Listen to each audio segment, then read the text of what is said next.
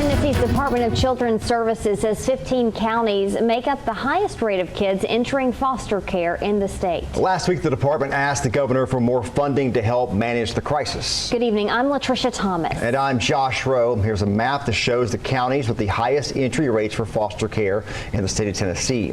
In last week's budget hearing, the DCS asked for $189 million more than last year to address critical needs of children across the state. That funding would include more than $41 million for minor residential care. It would also include more than $6 million to help reach children and families in rural counties. But as News Channel 9's Ray Collado tells us, it's not just money they need, it's more people willing to foster children. And until they find out, they're having to go out of state for those services. More than 200 children in the state of Tennessee's custody are in facilities all across the nation. And according to local shelters like this one right behind me, it's because there just isn't enough room. If we don't have anything available, I always refer them to another shelter, which there are about 3 in Chattanooga.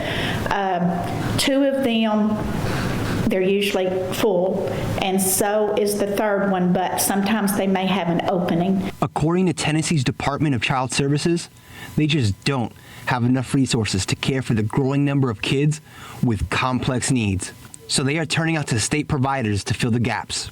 Sharon Hakeem says she's been dealing with capacity issues for 30 years as a social worker. There's no place for a homeless family to go with their kids if we're full or if another agency is full. In a budget hearing in front of Tennessee Governor Bill Lee last week, Tennessee's Department of Children's Services leaders said capacity issues will only grow. Well, there's a trend that's been occurring over the last several budget cycles where our residential placement budget has become unbalanced, and it's exponentially growing over time. Caseloads in key areas of the state remain over recommended loads, and case managers are still sitting with kids in transitional houses. We asked a TDCS spokesperson why out-of-state care is necessary.